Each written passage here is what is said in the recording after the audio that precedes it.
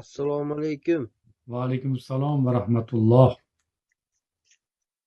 Qor aka tuzukmisiz charchamasdan? Alhamdulillah, tuzimisiz? Sog'liqlaringiz yaxshimi? Xudoga shukur. Sog'ligingiz yaxshimi? Bitta tog'a rahmat. Bitta savolim bor edi.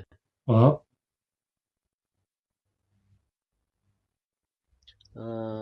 Men Rossiyadaman. Mhm. Bir ayolga uylangandim. Aha. Ikkinchi qilib. Mhm. Tojikistonlik qor aka nima qilib nikoh o'qib berdi. Men unga savol berdim. Aka, birinchi xotinim bilish shartmi, bilish shart emasmi desam, bilish shart emas dedi. Mhm. Men uylandim ikkinchisiga, tojikka. U tojik 1,5 oy 2 oy yashadida boshqa yerga ketib qoldi mendan. Mhm.